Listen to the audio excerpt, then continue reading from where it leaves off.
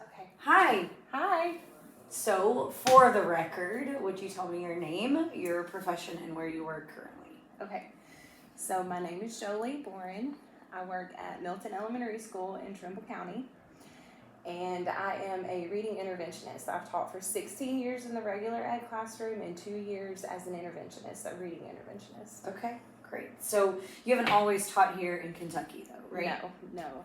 I did 11 years in Tennessee, and then 2 years JCPS in Kentucky, Okay. in Louisville, Kentucky, and then this is my 3rd year at Milton.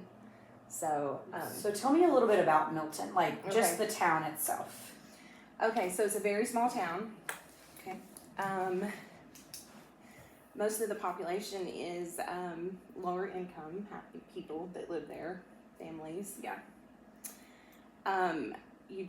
Academically, we have some pretty high achieving students at our school, but there is a gap there, especially between the students who perform higher. Your higher income families tend to usually perform higher academically. Your lower income kids tend to perform lower, and we have a huge gap at our school. Okay. So we have a little small school. It's about 200 kids. But right now we have a huge discrepancy there with our socioeconomic children. Yeah. So that's one of our goals on our school improvement plan, is to bridge that gap. Okay. So, and as a reading interventionist, so you're working one-on-one with the kids who are at the bottom of that gap, right? Yes. So they're on the lower end, Yes. they're not meeting whatever the standards are for their grade as far as reading is concerned. So when you're working with those kids one-on-one who are of lower income, what types of social, what's a good word for that? How do you think that their home life, like that social environment that they live in, how do you think that impacts the way that they're learning with you one-on-one, whether help or hurt? Yeah, I think that, of course, when you learn, of course, it starts with your foundation. And kids who come from a lower income family, they lack the resources at home to help start building that foundation as, younger kids before they come to school. And usually those are your struggling learners, and your struggling readers. We do have preschool program at our school for early education. Okay. And it is geared towards families with lower income. They get first priority for preschool, so that is one of our goals to help bridge that gap. That's one of the things that we do. We provide that early education for our kids. So when I worked as a social worker, I was kind of on, I obviously wasn't in the schools, but I know that those kids who weren't getting enough to eat at home, who there may have been domestic abuse in the home. How often are you running into situations like that where the kids aren't getting enough to eat, where there are some, it's not just that they're low income, but some of the other things that come along with that? Yeah. Or that we tend to see some type of correlation or causation? Yeah, unfortunately, that is pretty common to have, especially, the lack of nutrition and some of the abuse factors, and that can be within any household, no matter your income, but we do tend to see it in your lower income families. Part of our nutritional program the last 2 years is that we provide our kids with a snack at the end of the day. Okay. That's a new program that we've implemented. It's a state funded program. That's really cool. And so we provide breakfast, lunch, and a snack before they go home. And then we also have other food programs that Trimble County has implemented like the backpack programs on the weekends. Trimble Oh, County, like they pack with snacks Yes. and send it home on Friday. yeah, Yeah. so that That's they have really food during the weekends. And we also have summer programs where we feed our kids. The families are able to come to the, a certain place where they know they can pick up lunches and snacks for their kids for that day. Now, are there any other like kind of social issues that you run into a lot outside of lack of nutrition, domestic abuse? Are there other things that you see that really impair the way a student is learning in the classroom, whether in their standard classroom or with you on a one-on-one basis? Yeah, I think that the social aspect or the social piece of, for kids, especially early age, but even, I guess that would be a kid at any age. But I do see that a social, if children don't have a good social skills, it does impact their learning because Like the way that they interact. Yes, the way they interact with other kids, the way they interact with their teachers and the other staff, it can definitely cause learning issues. Do you guys have like a family resource center there at the school?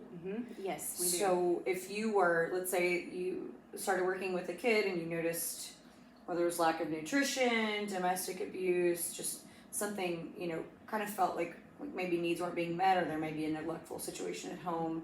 How do you guys work together as an administration, whether it's the family resource officer, the, administrative staff, or like your principal, vice principal? How do you guys come together and what's kind of the action plan? So we would address those things. If it was something that I noticed that, I was concerned, if I had concerns, I would definitely take them to my administrator and our family resource officer. We would get together and come up with a plan, whether if the child needed clothing, with it getting cooler outside, do they have enough, do they have jackets, do they have socks, do they have gloves and hats and scarves, especially if they're waiting for the school bus outside. Yeah, I was about to say that's one that I wanted to talk about, but that's big issue.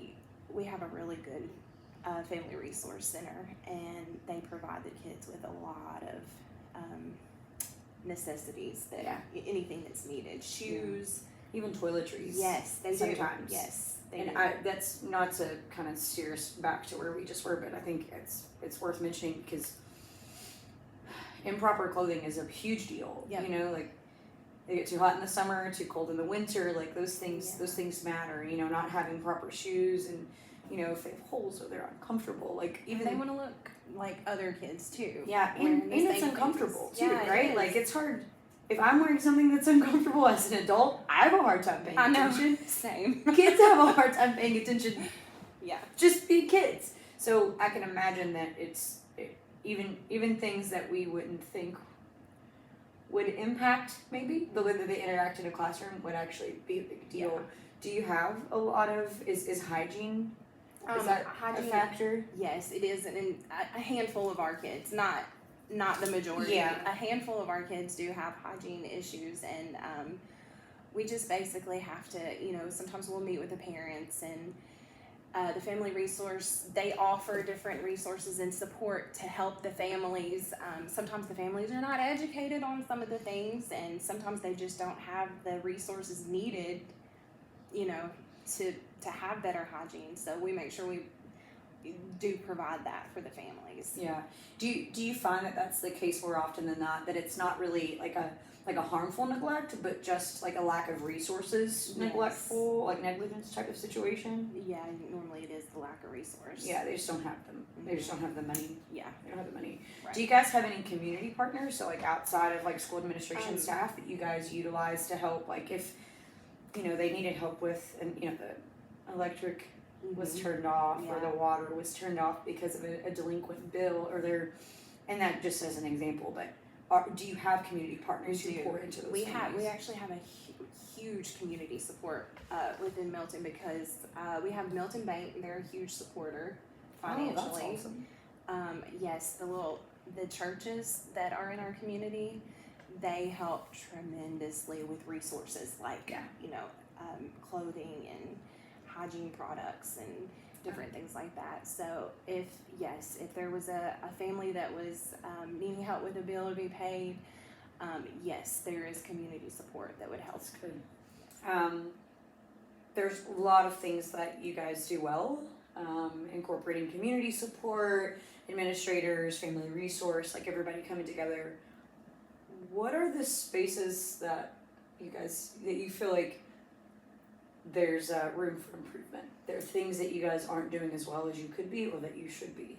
So one of the components of our school improvement plan is parental communication, and just trying to get the parents more involved with school activities and with volunteering. And there are several things that our PTO has helped us implement for this. Okay. We have parent nights where families can come to the school. We have a literacy night and a math night.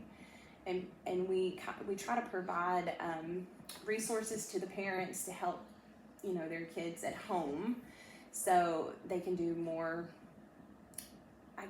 help with the students at home, like with homework and different things, especially with reading, especially your younger kids, because there are families that they really don't understand the importance of, having a conversation with their kid and reading to their child. Like, they don't understand the importance of that and how it does help build a foundation for reading for their kids. So we try to help support the families with that. Why do you think they don't understand it? Is it a generational cycle kind of thing where they weren't read to, so like they don't know? Yeah, I think that they just don't know how. I don't think that some families probably did not have a good experience in school themselves. Some families have parents that didn't finish school. Your lower income families usually correlate with a high number of dropouts. So Trimble County has hired an extra guidance counselor at our high school to help with that and to help assist kids with trying to figure out their path after high school and where they want to go, what they want to do, and just explore different options, because it is so important that they know there are other options out there. Right. So I'm curious, so you've taught in a more rural area in Tennessee. Mm-hmm. You've taught in a urban setting, the largest city in Kentucky, in Louisville, and now you're back in an urban setting here in Kentucky. I know that there are a significant number of low-income families in all three of those settings. If you were to take a second to think about the experience between those three schools, knowing like two rural areas but both in different states, one urban center, and to think about the low-income families, what similarities do you see? Like what seems to be some of the the commonalities, no matter where the location seems to be? So one of the things that I see is, of course, and data and research shows that your lower income families are typically your students that perform lower academically. Yeah. There's a huge correlation there. It is a huge part of it is a lack of resources, but it's also sometimes your lower income families have a larger number of siblings and children. Yeah. The family size is bigger. It's less attention, for kids. Sometimes your lower income families are working odd hours. They're working more hours, and they have less time, to spend with their kids. And that is a huge impact on kids academically. I feel like it is. Yeah. Is there anything prominent that you can think of? Like, were there any differences really between kids? Well, let's start with just Tennessee and Kentucky. Like, is there anything that you, like, I really experienced this a lot when I was in Tennessee, but I don't really see that here, or something that was kind of brand new when you came to Kentucky you already taught 11 years when you moved here. So I would imagine, like, if there was something, you probably felt like, man, I got this. I've done this a long time, but was there anything that was like, what is this? I think one of the biggest differences between Tennessee and Kentucky was, and it partly is because I went from a small rural area to a larger city, is I would say the parental support. When you have kids that have behavioral issues, that often correlates with academic issues. And in a rural area, you have more support, teacher support, parent-teacher support. And in an urban area, you don't have that. The parents typically want to make excuses for their kids and the behaviors that are happening, and they want to ignore the academic issues that they see or that they know. They don't want to hear it. It's too much trouble. Yeah, like just for example, parent-teacher conferences, I had one parent show up my first year I taught in JCPS, which is the urban city area. So, on average now, at Milton, how often do parents show up? At Milton, I would say about 75% of my parents show up in person, but I always had 100% participation because we would do phone conferences or we would do after something. School. We would have some type even of if they couldn't make it on that dedicated night, they would make arrangements to kind of do a makeup conference with you. There were kids that I taught in JCPS, which is Louisville, that I had 2 or 3 kids that I never spoke to a parent, never had contact at all with a parent. So you were reaching out, but they never responded. Right, and I've never had that before. No. And was Tennessee the same way? Tennessee, as far as like 100%, yes. So yes, I knew all of my families and my parents, and same way now at Milton in a rural area. I know all of my families, their siblings. So this is and now my mind's kind of running because we've been talking about it for a minute, so I'm thinking about questions, and this isn't directly related to what we were just talking about necessarily, but in urban areas, and I know just because of my familiarity with Louisville and with Jefferson County Public Schools, they bus kids. So the kids that you're teaching don't necessarily live in the neighborhood that you're in. Right. So did you see a big difference in, like, were there kids coming from, because where you were teaching wasn't exactly a wealthy neighborhood. Right. So it was considered it's a lower income area. It's a considered a rougher end of town, so to speak. Were there kids coming from nicer neighborhoods, nicer parts of town, or did you see primarily kids that were still lower income, even if they weren't from that neighborhood directly? Yeah, it was lower income students. You didn't see the wealthier kids being bused into our school. Even though some of those lower income kids still didn't live close to the were school. still being bused in. I had a student that was coming in 30 to 45 minutes late every morning because of his bus. The routes they would bring him to school late every day, so that was an issue. But well, and that's school provided transportation. That's not a parent bringing them late. Right. That's the school arranged transportation still arriving that late. Which is ridiculous. Well, in my opinion. beyond ridiculous.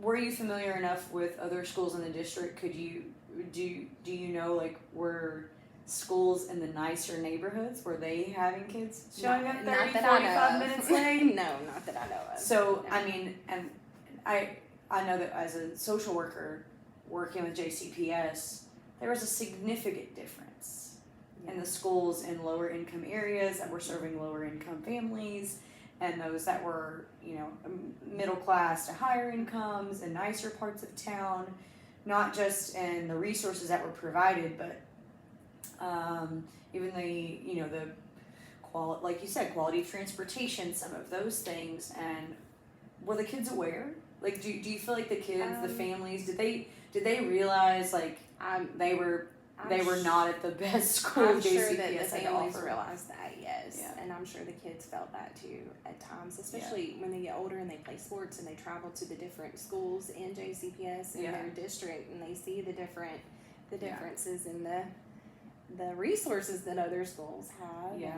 Definitely. Well, and I'm sure, because you mentioned that, you've a lot of times with lower income come bigger families, more siblings. Yeah. And so, if they do have older siblings, those conversations are already happening, Yeah. they're hearing those things. And so, do you think that kind of the attitudes around, let me reframe that.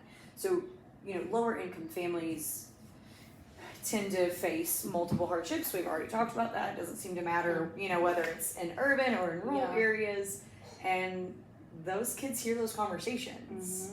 Even if it's not about the school or the classroom directly, like they're aware that they are from a lower income family, that they live in a lower income neighborhood, that they have, it's a school with fewer resources. The books are rough, the chairs are beat up, whatever. Name poor condition here. Right. Do you think that even those kids who maybe have the potential or the capability to do better, do you ever see kids kind of have a, what's the point? Yeah, Like, absolutely. Yeah. And that's where your behavior, a lot of your behavior issues kind of stem from that in somewhat a lot of times too, especially as they get older. Yeah. They have that, well, what's the point attitude, and why do I even have to care? Nobody cares about me. Why do I have to care? Right. Yeah. Right. So, kind of to land our plane here, and we know there's a lot of problems. We could talk for a very long time about how broken the system is, whether it's education, whether it's social services, whether it's healthcare. There are plenty of ways that lower income families do not receive the same access to resources, are definitely underprivileged by the nicest term possible. Where do you see hope? Where are the good seeds being sown? Like what keeps you from getting discouraged because you see like, man, that's good work. Yeah. We're working hard to make a difference. Yeah. I just think that building relationships with your students and hopefully trying to reach out and build relationships with those parents and the families, and if the students and the kids know that you believe in them, then they start to hopefully eventually start to believe in themselves. Yeah. And maybe we can't provide some of the resources that are, needed to make them feel less underprivileged, but we can provide that support, the mental and the emotional support that they need to hopefully succeed and want to learn, and encourage them to, do well in class and be successful in the classroom. So, with that in mind, if you were gonna give some advice to a first year teacher, okay, she was stepping into a lower income school with these lower income kids that she's gonna face some of these struggles that we talked about. Yeah. He or she, how would you? I was thinking about Rachel in Mm-hmm. my head, and I was thinking about the conversation I had, or with Kelsey, like with those who have started knowing that you have the experience you do, and they've come to you for advice. What do you tell them? I just always try to remind new teachers, like, you're here for the kids. It's, you may not have the academic part down yet, exactly how to, be perfect at it. Classroom management, some of those things that just come with experience. But as long as you love your kids, they feel it and they know it. Yeah. And you know that their needs are being met. Yeah. Especially while they're at school. Yeah. And you're meeting their needs. I think that's the best advice I can give. Just make sure you love them and nurture them, and make sure their needs are met, and they respect you and they love you, and that's the best part of being a teacher. Yeah. Well, sometimes school is the only safe space they have. Yes. It's the only space where their needs are met, where they do feel loved, where they do feel like somebody cares enough to want better for them. And knowing that you as a teacher are providing that for that kid, that's very rewarding. Yeah. Awesome. Well, thank you. You're welcome. I appreciate you.